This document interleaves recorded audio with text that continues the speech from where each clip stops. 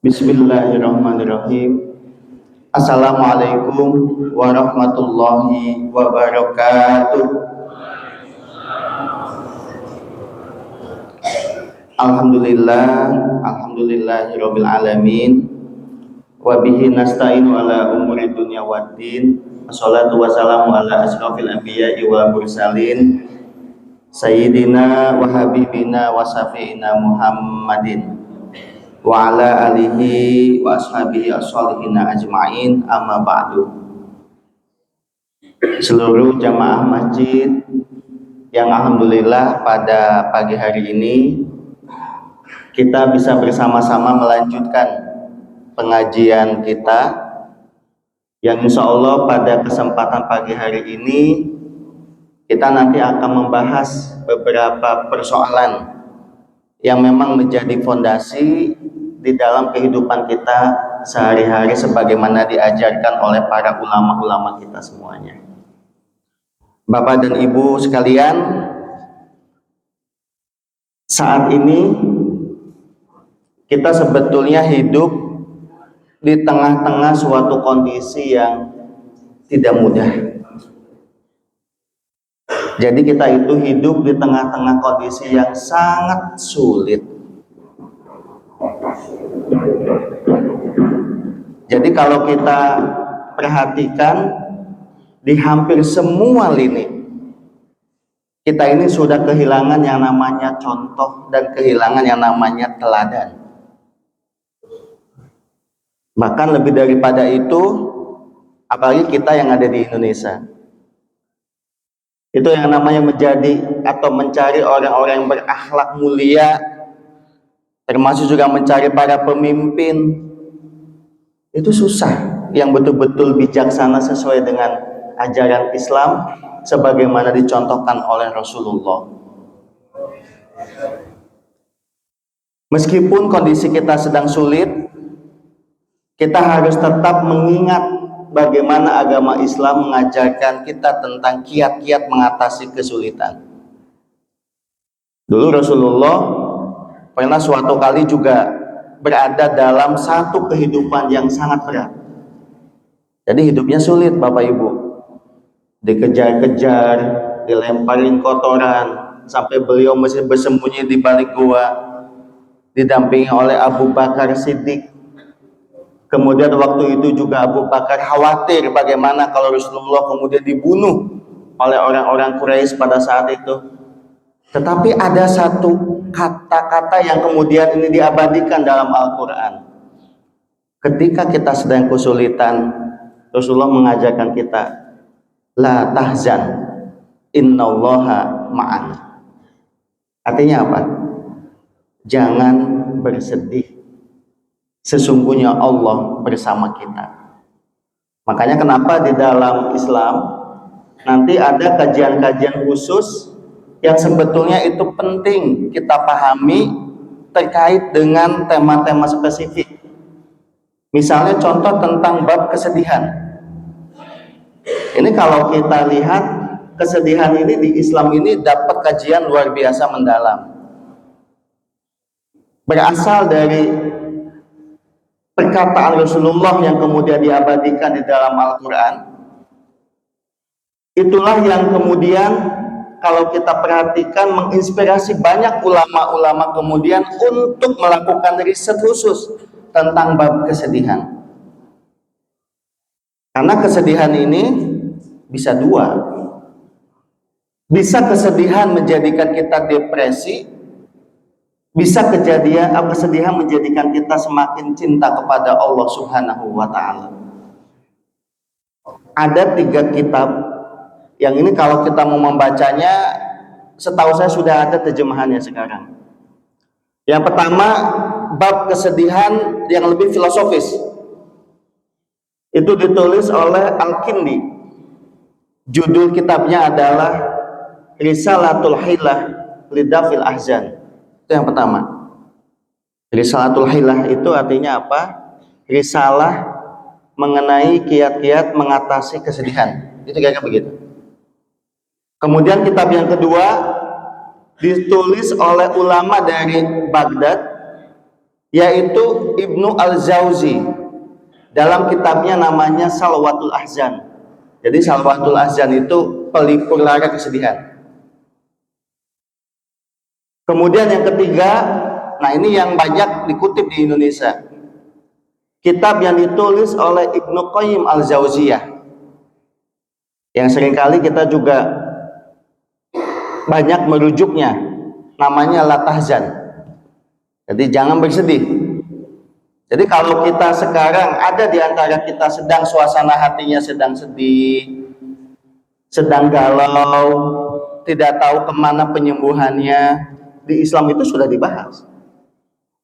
Pertama kata Al-Kindi, kesedihan itu muncul di saat kita menginginkan sesuatu dan sesuatu itu tidak kita dapatkan. Maka orang bisa sedih.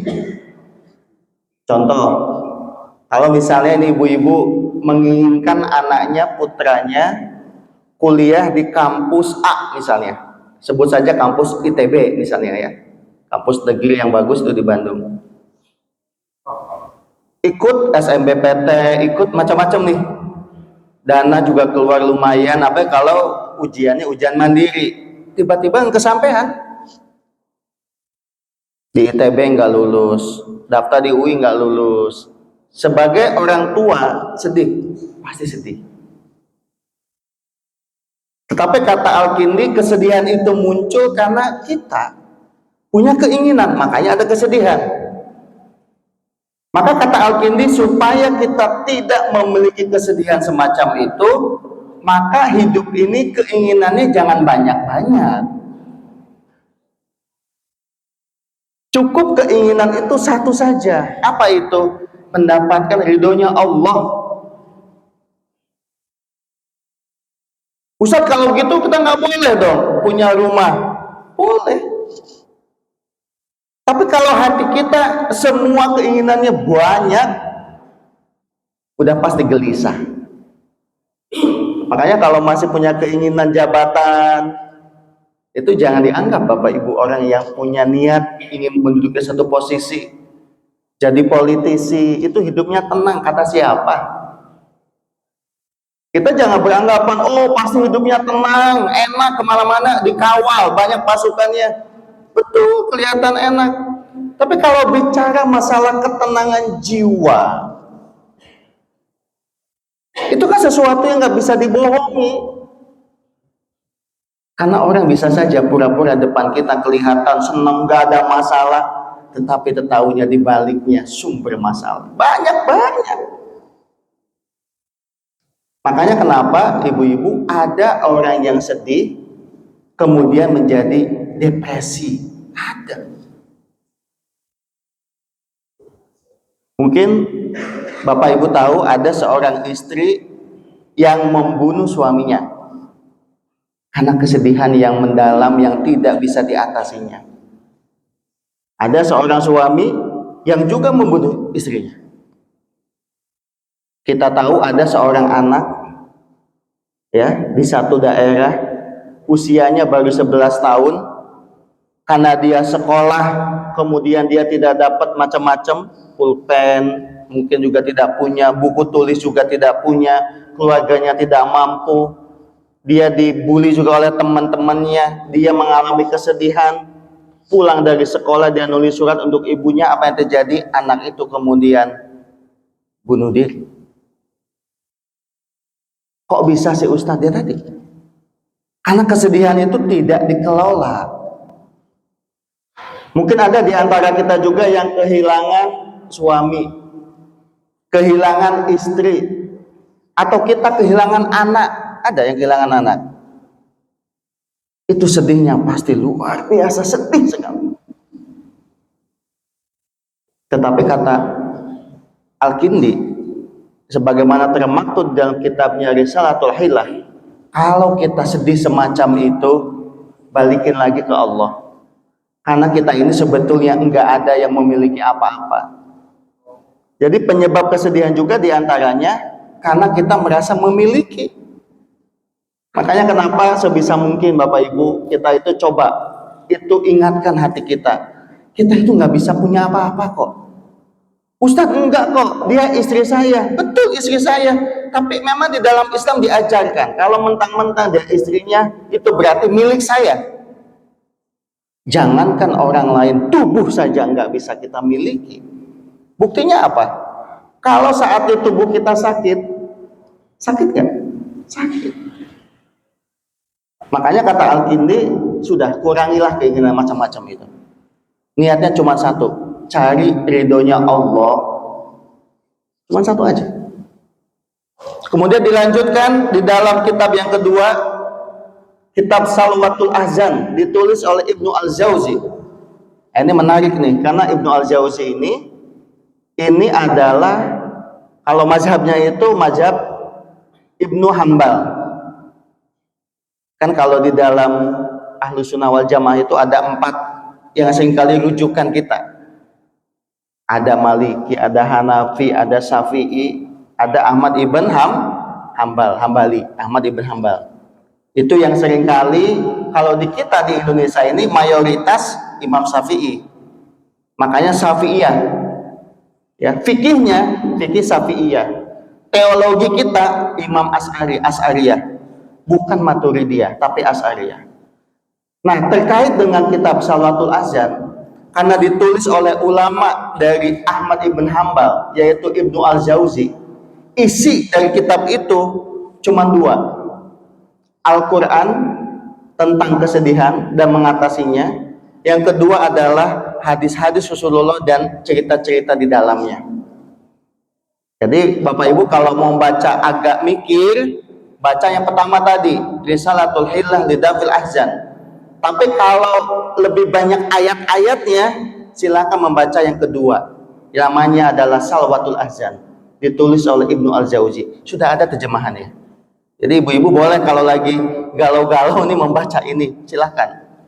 Apa yang disampaikan di dalam kitab yang kedua Ibnu Al-Jauzi? Beliau mengatakan begini, kesedihan itu ada 2.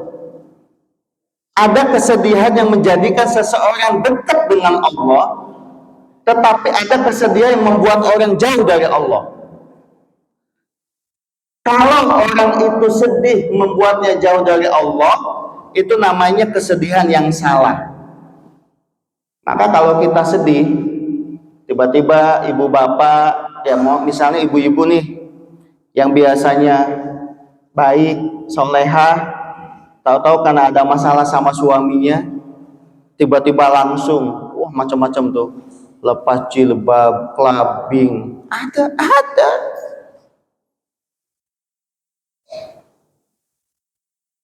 Bahkan saya juga pernah Bapak Ibu menemukan kasus, ada yang sebelumnya luar biasa baik sekali, tapi karena ditimpa masalah keluarga dan tidak sanggup mengatasinya, larinya itu bukan ke agama, bukan ke Allah, tapi larinya tadi, clubbing coba.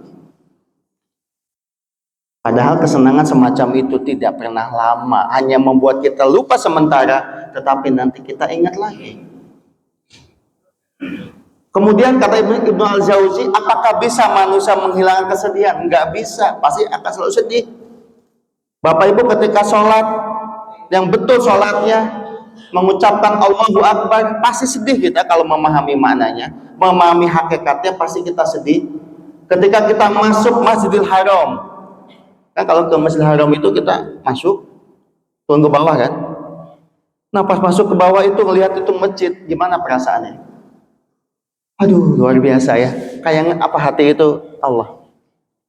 Bahkan kita bisa membuat menangis karenanya. Maka kita itu gak bisa menghilangkan kesedihan, gak bisa. Terus gimana caranya? Tadi arahkan kesedihan itu supaya membuat kita makin dekat dengan Allah. Makanya diceritakan di dalam kitab Salwatul Ahzan, ketika ada seorang zahid itu orang zuhud, orang yang hidupnya semata-mata karena Allah, ceritanya kebakaran rumahnya. Bapak Ibu tahu doanya apa ketika kebakaran rumahnya? Ya Allah, terima kasih Engkau telah mengambil yang fana dari hidupku dan Engkau menyisakan keimanan kepadaku yang kekal abadi. Jadi rumah kebakaran bukan marah-marah, doanya ya Allah terima kasih Engkau sudah mengambil yang fana dari diriku. Yang fana itu apa sih? Rumah kita fana, badan kita fana, ya kan? Dunia ini fana. Tetapi yang nggak boleh diambil apa? Keimanan kita kepada Allah Subhanahu wa Ta'ala. Maka doanya begitu. Jadi Bapak Ibu kalau mau tahu cerita-cerita cara mengatasi kesedihan, silakan baca kitab yang kedua tadi yang saya sampaikan. Begitu. Nah, terus yang ketiga, ada kitab yang lain yaitu La Tahzan, Ibnu Qayyim Al-Jauziyah. Nah, kalau ini lebih populer. Ya, makanya judulnya itu yang diambil dari Al-Qur'an, bahkan dijadiin film kan? Ada filmnya tuh, La Tahzan tuh, ada film. Jadi silakan Bapak Ibu mau membaca yang mana? Yang pertama, yang kedua, atau yang ketiga. Kemudian ada lagi satu kitab. Ini penting, ini kita membahas kitab ini kenapa? Karena ada rujukannya, nggak ngaco, nggak ngasal. Ini ditulis oleh ulama-ulama yang penting di dalam Islam. Kitab yang keempat itu kitab ditulis oleh Imam Al-Ghazali. Ini kalau di pesantren ini biasa nih ngaji namanya kitab Imam Al-Ghazali. Ada kitab besarnya itu kitab Ihya Ulumuddin. Jadi kitab Ihya Ulumuddin itu adalah kitab yang isinya gabungan dari fikih, tauhid, kalam, tasawuf, itu gabung itu jadi satu. Nama kitabnya kitab Ihya Ulumuddin. Itu boleh kalau mau ngaji itu boleh. Tapi saya nggak akan bahas kitab itu. Saya akan membahas ada satu risalah kecil yang ditulis oleh Imam Al-Ghazali. Judulnya adalah Tahdzibul Akhlaq wa Mu'alajat Amradil Qulub. Tahdzibul Akhlaq itu apa? Kesempurnaan akhlak wa Mu'alajat Amradil Qulub. Mu'alajat itu penyembuhan penyakit-penyakit hati. Ini menarik ini. Karena ternyata tahdzibul akhlak dihubungkan dengan sakit hati, penyakit hati. Bahasa lainnya apa? Kalau orang akhlaknya benar, maka insya Allah sehat hatinya. Tetapi kalau akhlaknya bermasalah, hatinya pun pasti bermasalah. Makanya kenapa di dalam surat Asy-Syams, kita tahu di dalam Al-Quran itu Allah mengatakan apa? Bismillahirrahmanirrahim. Qad aflaha man zakkaha wa qad khaba man dassaha. Telah atau beruntunglah orang yang membersihkan hatinya, tetapi celakalah orang yang mengotori hatinya. Jadi gimana caranya supaya hati kita ini nggak kotor, supaya senantiasa bersih? Kata Imam Al-Ghazali ada 4 cara yang bisa kita lakukan. Pertama, ada yang namanya babnya itu bab ilmu pengetahuan. Penyebab orang itu menderita karena dia tidak punya ilmu, itu satu. Jadi kalau kita tidak punya ilmu pengetahuan, maka kita itu sebetulnya bisa jadi kita itu menderita, bisa jadi kita itu sakit oleh sesuatu yang sebetulnya kita semestinya nggak usah sakit. Bahkan yang paling ekstrim ya, bahkan ketika Allah pun memanggil kita kembali ke hadirat Allah. Kalau dibaca dengan kacamata hikmah, dengan kacamata yang betul-betul karena Allah, bukankah kembali kepada Allah dinantikan oleh semua orang? Bukankah pada ujungnya kita semua akan pulang ke Allah? Makanya kenapa kata Rumi, engkau nggak usah menangisi aku, karena sebetulnya sebaliknya, yang ada aku justru kasihan sama kamu. Kenapa? Karena engkau masih terikat ruhnya di dalam jasad ini. Sedangkan orang yang udah berpulang sesungguhnya sudah kembali ke hadirat Allah Subhanahu wa Ta'ala, kembali ke kampungnya, kembali ke tempatnya yang sebenarnya. Maka yang pertama adalah pengetahuannya itu harus diajarkan. Makanya ibu-ibu penting kita ngajarin anak-anak kita ini ilmu pengetahuan, disekolahkan harus. Makanya orang Islam itu tidak pernah mengajarkan supaya kita istiqomah dalam kebodohan. Oh enggak. Islam itu agama yang sangat kuat mendorong kita supaya mau ngaji. Makanya alhamdulillah Bapak Ibu di masjid-masjid pagi ini aja saya tahu banyak di mana-mana ada pengajian. Alhamdulillah. Karena ilmu itu penting. Ya, saya kasih contoh saja lah. Ini kayak Iran ini kenapa susah sekali Bapak Ibu ditaklukkan sama Amerika. Perempuannya saja, ini perempuannya saja, itu hampir di atas menurut penelitian yang saya baca, 50-60% begitu. Rata-rata udah S2, Bu. Pendidikannya, yang doktor banyak. Jadi kalau misalnya, apalagi yang laki-lakinya, yang ahli nuklirnya 1-2. Jadi kalau yang satu kira-kira dibunuh oleh musuh, masih ada ribuan yang lain. Kok bisa begitu? Karena memang bangsanya sangat menjunjung tinggi kecintaan terhadap ilmu pengetahuan. Pertanyaannya, kalau bangsa kita bagaimana ya? Karena saya pernah ngobrol, ada waktu itu dengan Ibu Dewi Fortuna Anwar ya, di BRIN, dulu LIPI namanya Pak, di Jakarta sini. Saya ngobrol, Bu gimana Bu dengan pengembangan teknologi di kita? Wah susah Pak. Bahkan kita itu sudah beli alat sekalipun, disimpan di hutan-hutan di Kalimantan di mana, perawatannya itu nggak ada yang ngelakuin. Jadi kalau kita beli teknologi, itu yang ngerawatnya aja, ilmunya yang ngerawatnya aja nggak tahu. Maka kenapa jihad kita di Indonesia ini ya mendorong bagaimana anak-anak cucu kita belajar, punya ilmu pengetahuan. Nah itu ya, itu. Karena orang yang punya ilmu pengetahuan itu insya Allah dia bisa menjadi baik. Tetapi, nah ini kata Imam Al-Ghazali, pintar saja tidak cukup. Makanya Imam Al-Ghazali menggunakan beberapa istilah. Ada orang yang alim, pintar, tapi belum jadi menjadi hakim, orang bijaksana. Maka yang paling penting adalah bagaimana mendorong seseorang bukan hanya dia pandai, tapi orang itu juga menjadi arif atau bijaksana, hikmah atau hakim. Jadi hikmah itu ilmunya. Ustadz, bedanya apa sih antara orang pintar dengan orang bijaksana? Bedanya begini. Kita nih ngaji nih. Misalnya kita seperti yang di Muhammadiyah ya, ada surat Al-Ma'un, ini dipakai oleh Kiai Haji Ahmad Dahlan. Itu kan ayatnya tentang membantu orang. Misalnya kita ngaji nih, anggap kita ini nggak sekolah tinggi-tinggi, kita itu cuma ngajinya ya di masjid aja. Mendapatkan ayat surat Al-Ma'un, fawailul lil musallin, kita tahu celakalah orang-orang yang sholat. Yang bagaimana? Yang cuek kepada orang-orang yang nggak mampu, orang-orang yatim. Maka orang ini kemudian membantu terus. Pulang dari masjid, ilmunya cuma itu saja, tapi diamalkan. Diamalkan, membantu orang terus setiap hari. Nggak punya uang, bantu dengan tenaga. Nggak punya tenaga, bantu dengan doa. Orang ini disebut sebagai orang bijaksana, orang hakim, atau orang arif. Jadi ilmunya udah melampaui orang pintar. Lawannya apa? Ada orang-orang pintar, tetapi senangnya adalah membodoh-bodohi orang lain. Mungkin kita banyak di Indonesia ini.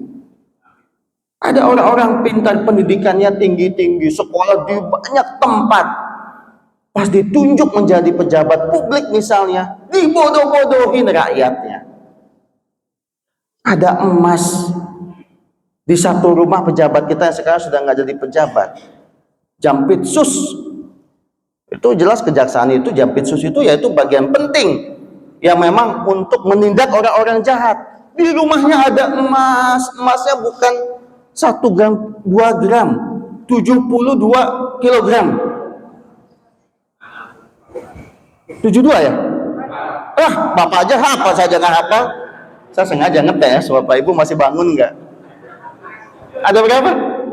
74, ngitungin ya Bapak ya. Kan kalau ada 74 kilogram, mau dibikin apa? Mana? Pak Ketua DKM mana? Pak Ketua DKM? Pak? Ada Bapak Ketua DKM? Pak mau bikin apa Pak? Kalau ada emas nih tiba-tiba 74 kilogram di sini nih, mau diapain? Bikin Monas. Dan ada uang dalam bentuk dolar, dolar Singapura, dolar Amerika. Pas dihitung-hitung tembus sampai berapa itu? Pokoknya total setengah triliun beberapa. Di pikiran saya, nggak mungkin lah di rumah saya tuh ada emas banyak kalau bukan punya saya. Tapi tiba-tiba muncul orang, kemudian dia mengatakan, oh itu bukan, itu punya saya.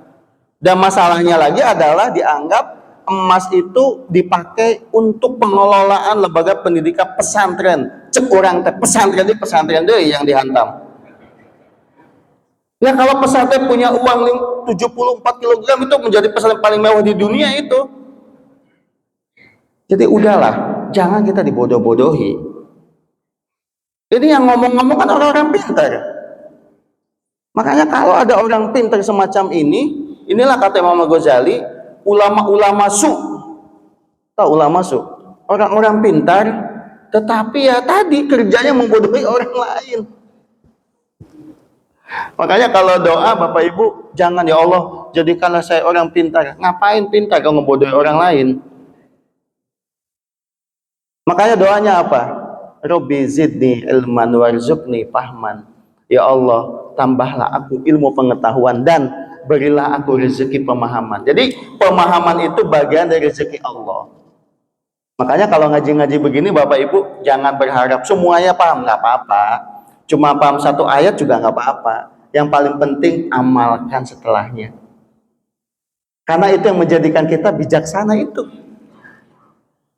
Ada contoh lain Bapak Ibu, saya pernah sampaikan itu di masjid lain.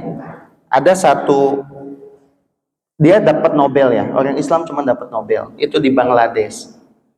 Namanya adalah Muhammad Yunus. Saya kebetulan pernah ketemu beliau juga. Bukan Mahmud Yunus ya. Kalau Mahmud Yunus itu ini pengarang kitab. Waktu kita di pondok itu pengarang kitab bahasa Arab kamus ya, komus Mahmud Yunus, orang Sumatera Barat. Kalau ini bukan. Ini adalah seorang profesor. Profesornya itu di bidang makroekonomi.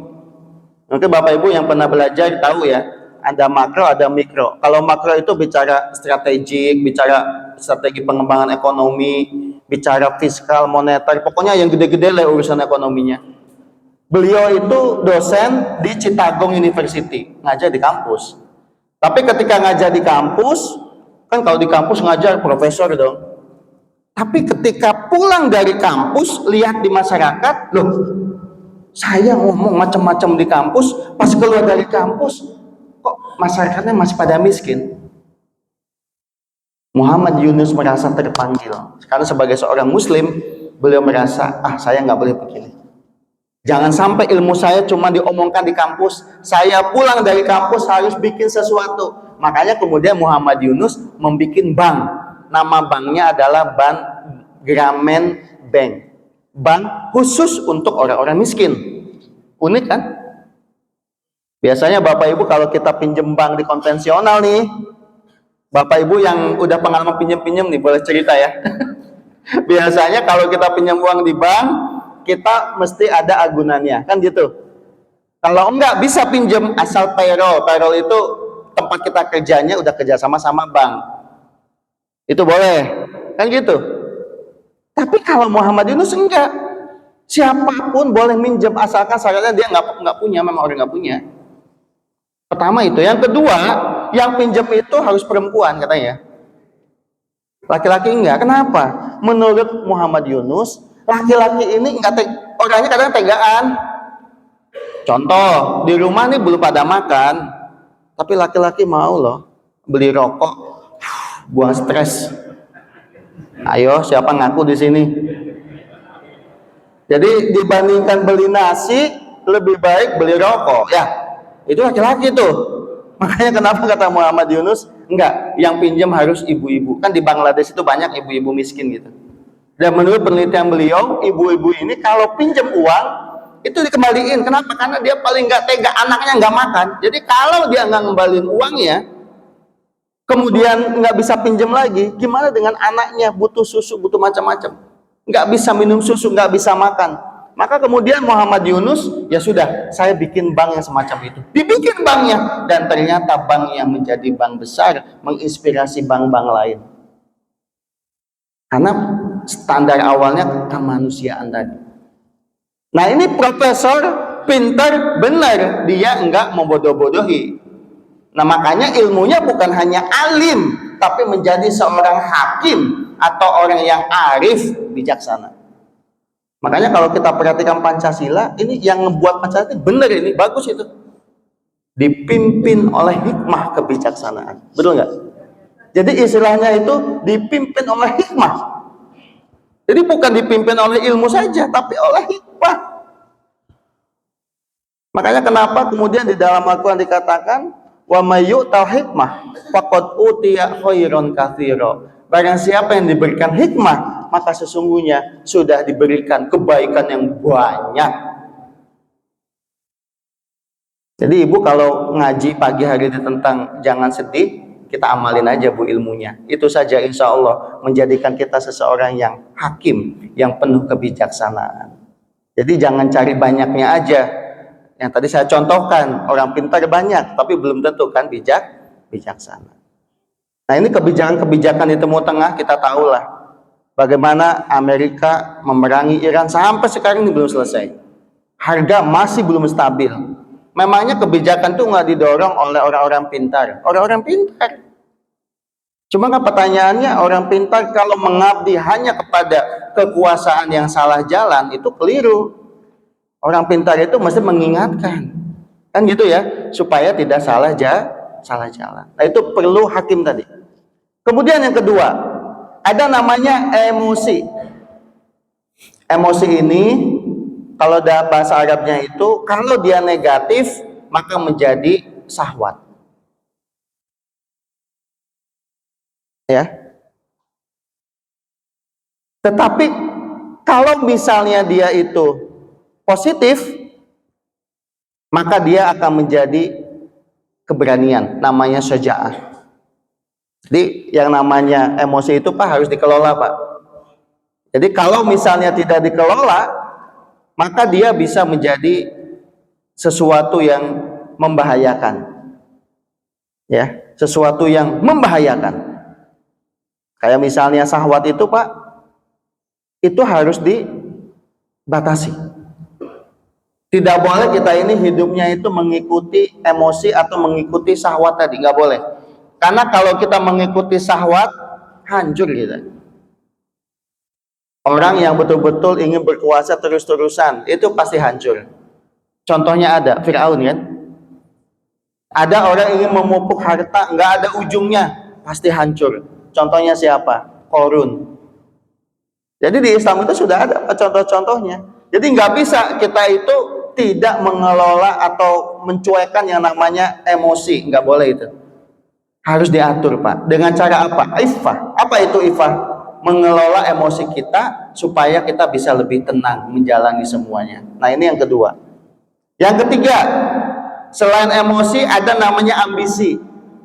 Ambisi ini kalau dia negatif, maka dia menjadi godop. Godop itu apa? Kemarahan. Saya sering kali kepada Bapak Ibu ngasih contoh ya. Kalau kita lihat anak-anak yang sedang tawuran, Pak Bu, anak yang sedang tawuran ini punya keberanian nggak? Pak berani Pak. Saya pernah kejebak itu. Jadi di daerah Jaksel lagi ada undangan, saya lewat di Pondok Pinang tepatnya. Tiba-tiba di depan lagi tawuran. Waduh, kejebak saya.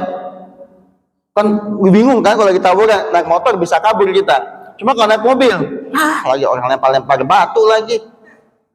Tapi tiba-tiba saya mikir nih, ini orang-orang berani juga ya. Jadi kalau orang-orang yang tawuran itu coba pakai apa namanya sabuk gitu ya, padang batu segala macam. Ini orang kok berani-berani banget ya.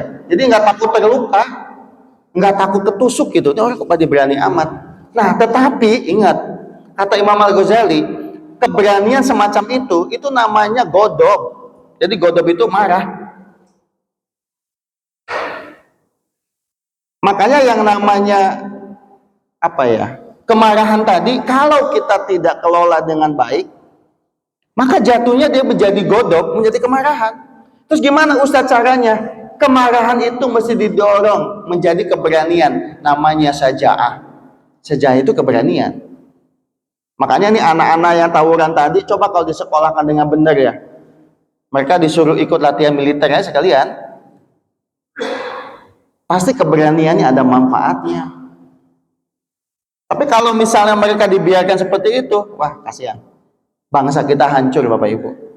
Ya nggak jauh-jauh deh, nggak jauh dari kita nih, ada kan beberapa kafe-kafe, shop atau apa yang kadang-kadang jam 2 atau jam 3 kalau saya mau lewat ngisi pengajian di tempat lain itu, Pak, wih kok rame ya, masih rame. Saya pikir itu pengajian mereka, enggak. Jadi mereka itu ya nongkrong Pak, nongkrong di kafe-kafe, anak-anak muda kok, paling SMP, anak SMA begitu, nggak tahu ngapain di dalamnya kan gitu kan, ada gelap-gelap. Terus saya pikir ini anak-anak fisiknya kuat-kuat banget ya. Kebayang kalau mereka dididik dengan benar, malamnya itu nggak seperti itu, suruh ronda aja misalnya. Maka godobnya tadi, kemarahan tadi menjadi saja'ah, keberanian.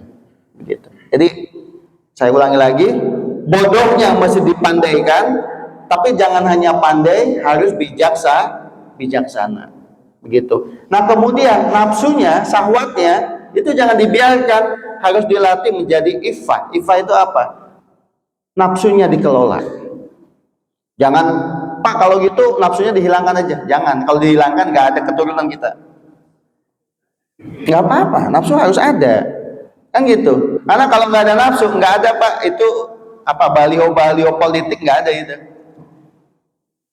Jangan salah Pak, orang-orang yang punya nafsu politik itu Pak, itu kuat loh. Ketemu orang, keliling kemana aja kuat. Dan harus ada sama orang kayak gitu. Tetapi ingat, harus didorong supaya jangan hanya nafsunya itu berhenti di sana. Harus menjadi iffah. Iffah itu dikelola nafsunya itu supaya baik. Nah kemudian keberanian. Kalau tidak dikelola menjadi amarah, menjadi godok. Kalau dikelola maka menjadi keberanian tadi, saja'ah. Kemarin ketika ada gempa di NTT, ada seorang ibu, atau ada gambarnya juga. Anaknya kan meninggal ya, ibunya juga meninggal. Tahu posisinya gimana Bapak Ibu? Ya, jadi anaknya itu dipeluk. Jadi keinginan seorang ibu, bahkan ibu-ibu ini setahu saya, karena istri saya juga kadang-kadang suka aneh saya. Ini kalau perempuan itu punya kekuatan lebih kayaknya. Walaupun sakit, ya Bu ya, ini lagi sakit, lagi pilek, lagi flu, lagi apa-apa, lagi pusing juga. Kalau anaknya sakit, sehat loh ibunya. Tapar lagi nanti kalau udah sembuh anaknya kan gitu. Tapi kalau kita laki-laki kadang-kadang lagi pusing, suruh ngurus anak sakit, bodoh, kita lagi pusing dulu gitu. Bapak mesti cari uang kan, mesti sehat kan gitu kan. Emang beda kekuatannya kita Bu, Masya Allah. Ya maka jangan pernah menyakiti perempuan lah, nggak boleh. Ya, kita harus betul-betul memuliakan, sama-sama menjadi pelindung masing-masing gitu.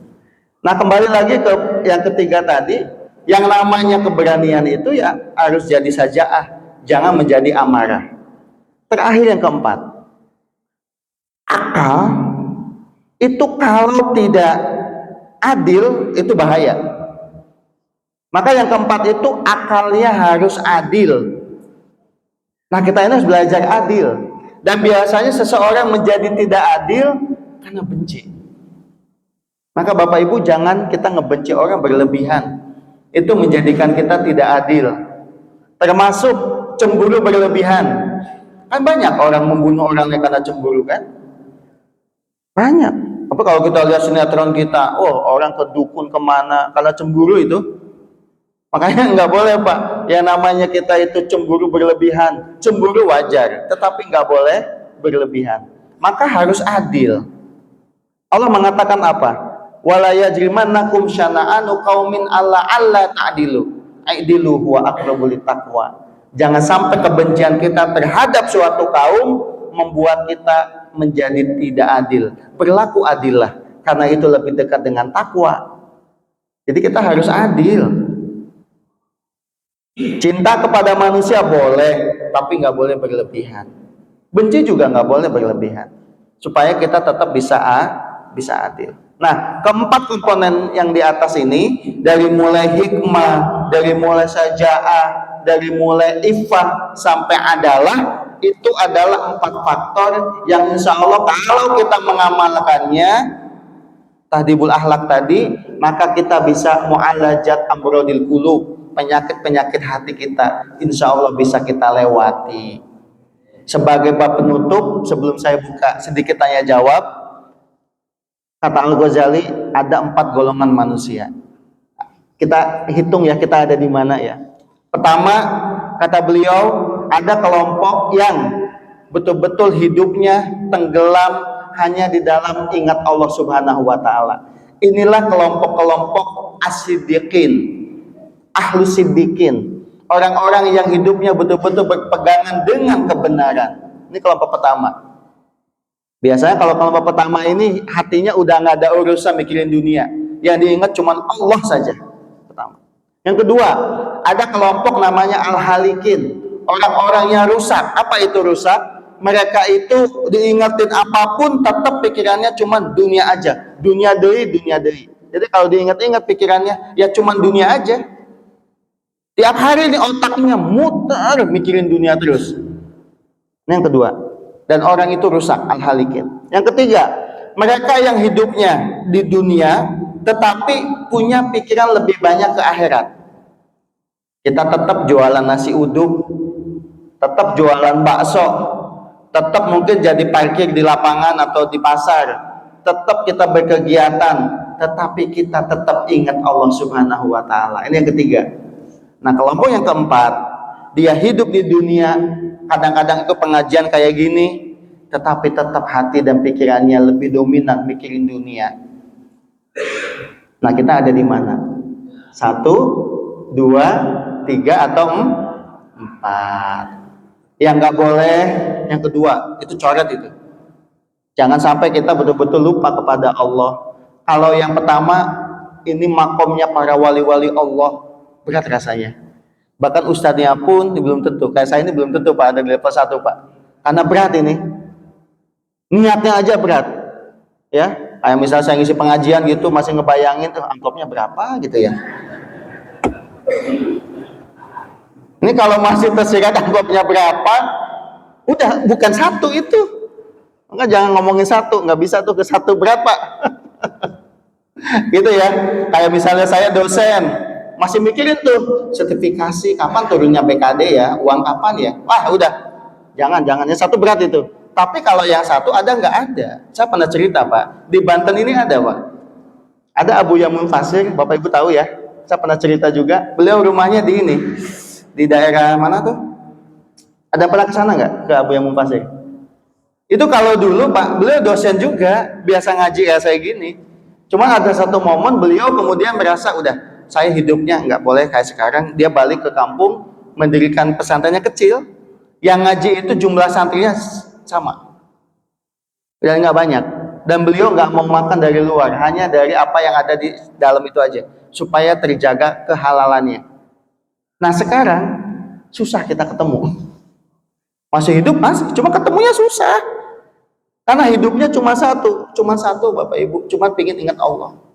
Tapi Ustadz berumah tangga ada istrinya. Ya kalau istrinya mah minta apa aja dikasih ada.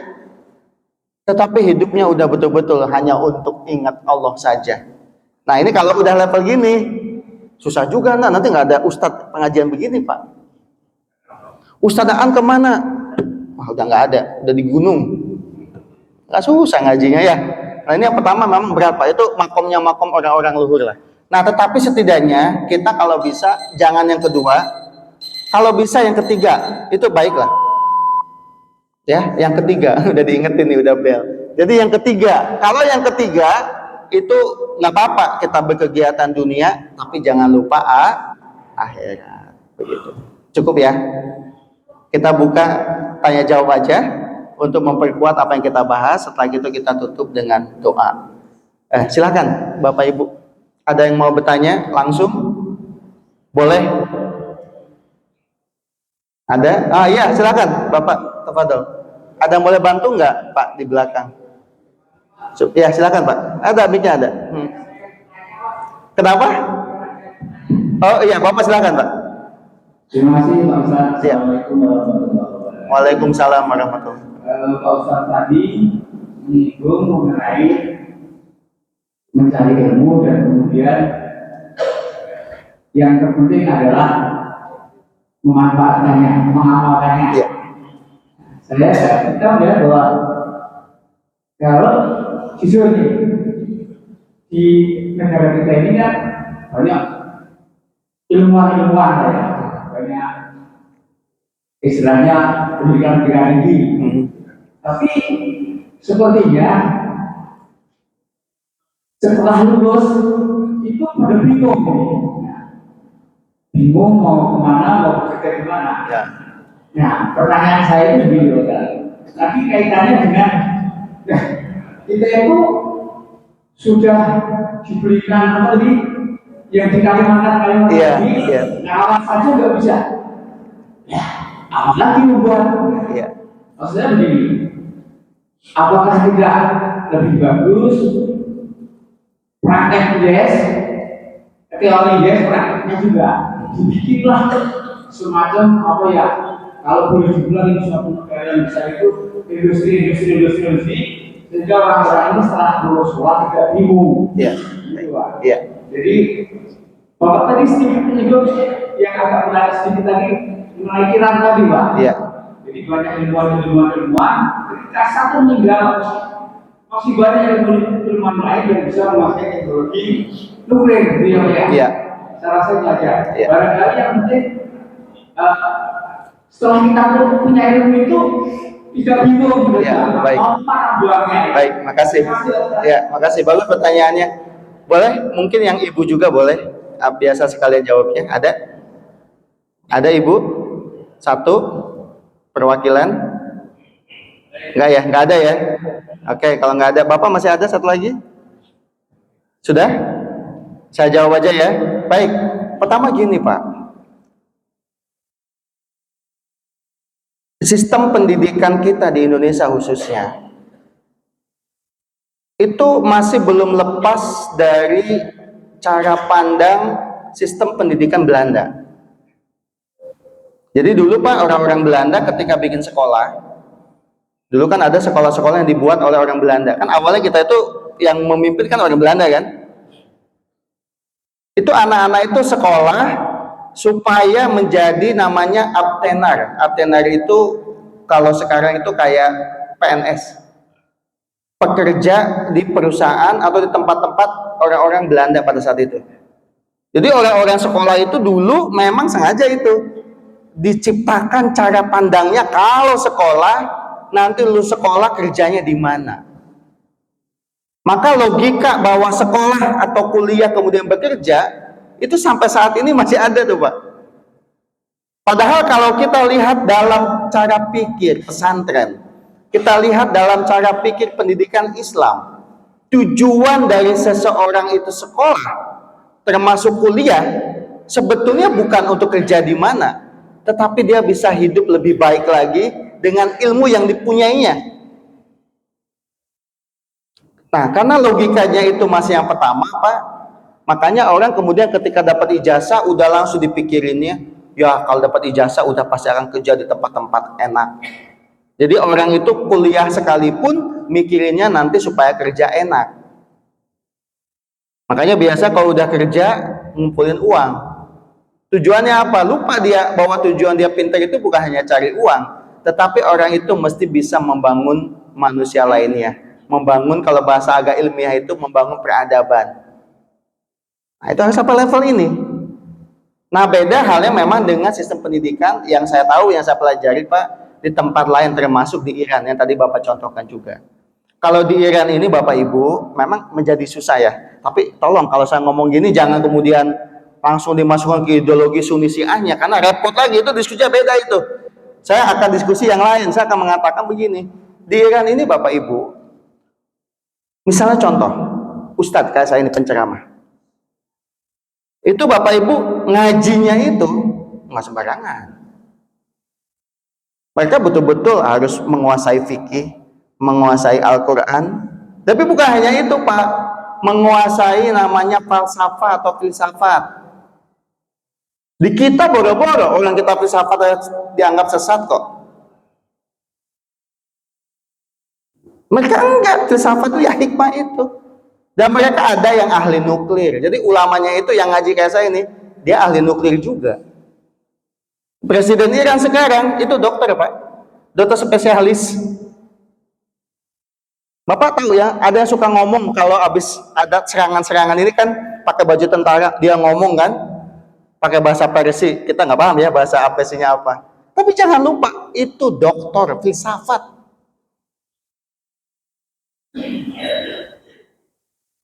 Ini contoh aja. Maka nggak sembarangan.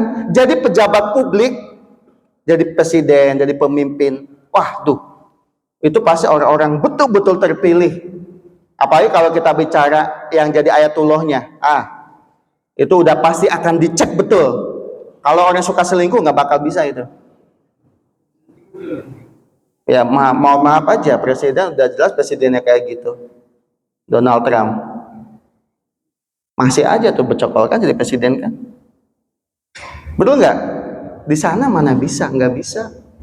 Makanya ketika Ali Khamenei waktu itu mau, udah tahu intelijennya, Ayatullah pindah aja, jangan di sini. Kata dia, loh kalau saya kabur, bagaimana ayat saya? Tapi kalau Ayatullah nanti dibunuh gimana? Tidak apa-apa. Karena dulu aja cucu Rasulullah, Imam Husain, kan rujukannya ke Imam Husain ya, dipenggal kepalanya kok ketika melawan Yazid bin Muawiyah, ya nggak apa-apa. Saya akan ikut dengan jejak-jejak Rasulullah dan anak cucunya. Kan susah kita kalau udah kayak gini. Jadi pendidikan itu memang harus ke sana arahnya, Pak. Jadi bukan hanya semata-mata selesai kuliah, apalagi kalau kita mau jujur nih, Bapak Ibu nih, kalau kita nyekolahin anak, pasti kan yang dipilih jurusan-jurusan yang basah kan. Mau kuliah di mana? Kedokteran. Coba kalau kita ngomong kedokteran, yang muncul di pikiran apa? Menolong orangnya apa pulusnya? Tuh, kan susah. Oh kita yang di dunia pendidikan aja mikirnya masih begitu. Itu contoh, Pak. Nah contoh lain tentang kesederhanaan aja, enggak kita banding-bandingkan aja ya. Pak, Bu, saya kenapa tahu Iran? Ini jangan dianggap pusataan sih ya, enggak. Saya Ahlussunnah wal Jamaah Imam Asy'ari kan jelas. Syafi'iyah, orang pesantren. Cuma saya pernah keliling-keliling, Pak. Ke Iran saya tahu. Bapak Ibu tahu yang terjadi apa? Itu namanya pemimpinnya sederhana banget, makanya kadang-kadang kita tuh malu. Itu sederhana, Pak. Itu rumahnya itu, aduh. Ini rumah-rumah kita nih, perumahan kita nih di sini. Lebih mewah, Pak. Rumahnya sangat sederhana. Itu pemimpin publik. Ya kalau rakyatnya sih kayak kita nih, banyak punya rumah, punya ini bagus-bagus. Cuma ketika dia yang memimpin sederhana. Makanya kenapa waktu kemarin mau dibelah-belah tuh sama Donald Trump tuh, dianggap demo segala macam lah, segala macam, nggak bisa kalah. Kenapa? Ya kayak gitu pemimpinnya. Coba pemimpin kita, ya mohon maaf ya, yang baik sih saya yakin masih banyak, yang sederhana ada masih. Tapi kan kadang-kadang kita itu langsung berubah ketika kita ditunjuk jadi pemimpin, itu buka pintu aja kita nggak pernah. Iya, dibukain terus kan. Saya pernah waktu itu ngobrol sama Pak Anies ya, Pak Anies Baswedan ya. Jadi karena saya kebetulan Bapak Ibu kan saya 7 tahun mendampingi beliau, Pak, mendampingi beliau di kampus ya. Beliau rektor, saya sekretaris rektor lah. Saya tahu lah beliau cerita ke saya, Kang An, tahu nggak? Kenapa Pak Anies? Yang berubah ketika saya jadi pejabat cuma satu, susah sekali megang-gagang pintu. Saya ketawa ya. Kok masa gimana Pak Anies? Yuk iyalah. Baru turun dari mobil saja. Pak Menteri, ini buat turun dari mobil, pintu udah dibukain kan? Silakan Pak. Masuk kantor, silakan Pak. Jadi susah buka pintu, nggak pernah megang-megang pintu kata Pak Anies. Saya ketawa ya. Ya agak guyon. Tapi sebetulnya itu satu sarkasme ya. Bagaimana sebenarnya di kita ini kalau orang itu menjadi pejabat publik, tiba-tiba Pak udah jadi kayak raja-raja kecil. Nah ini yang sebetulnya kalau kembali kepada tadi ilmu-ilmu yang menjadi hikmah, nah budaya kayak gitu sudah mulai berubah. Pemimpin itu melayani sebetulnya. Jadi ulama juga sama, orang pintar juga sama. Nah, kalau itu yang terjadi, insya Allah Pak, bukan hanya menjadi tukang, tetapi kita betul-betul kalau ada ilmuwan-ilmuwan menjadi penemu-penemu, menciptakan produksi teknologi, dan dia juga kalau ahli ekonomi menciptakan lapangan pekerjaan, membantu orang-orang, kan gitu. Jadi bukan sebaliknya. Karena kalau orang pintar saja masih mengandalkan ijazahnya untuk cari uang, atau buat apa sekolah? Lebih baik kita bisnis, ya betul, lebih baik kita bisnis. Gitu. Jadi sebetulnya orang sekolah itu supaya dia bisa memintarkan yang lainnya.